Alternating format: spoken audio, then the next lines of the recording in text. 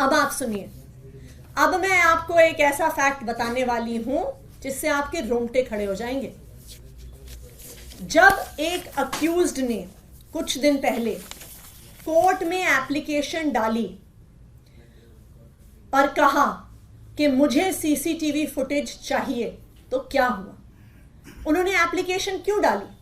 क्योंकि उनका जो ये अक्यूज्ड थे, एक सरकारी गवाह से ईडी में आमना सामना करवाया गया।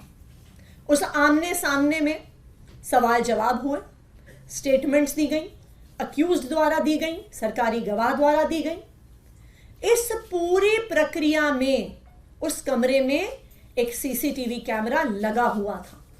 यह पूरी प्रक्रिया सीसीटीवी कैमरा की निगरानी में हुई।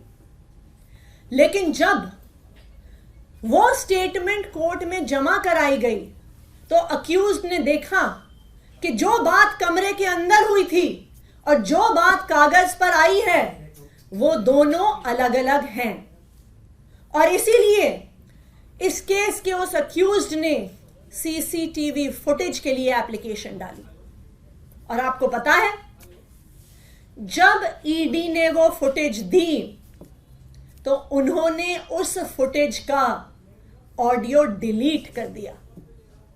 सिर्फ वीडियो फुटेज दी गई, ऑडियो फुटेज डिलीट कर दी गई और सारा एविडेंस कि वास्तविक तौर पे उस कमरे में क्या बात हुई थी, उस सारे एविडेंस को ईडी द्वारा डिलीट कर दिया गया है।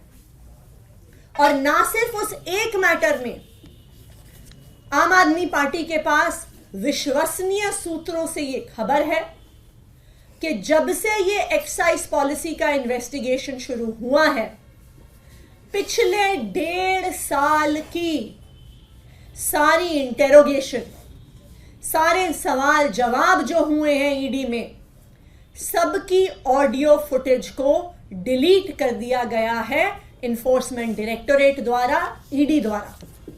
ये क्या दिखाता है कि जो एक तो रिकवरी नहीं हुई, सबूत नहीं मिला, और जो स्टेटमेंट्स थी, जो एकमात्र आधार थी ईडी के केस का, वो सारी स्टेटमेंट्स भी फर्जी हैं। क्योंकि अगर स्टेटमेंट फर्जी नहीं होती तो आपको ऑडियो डिलीट करने की क्या जरूरत थी? हमसे जुड़े रहने के लिए हमारे YouTube चैनल को सब्सक्राइब करें और नई वीडियो की नोटिफिकेशन के लिए बेल आइकॉन को दबाएं।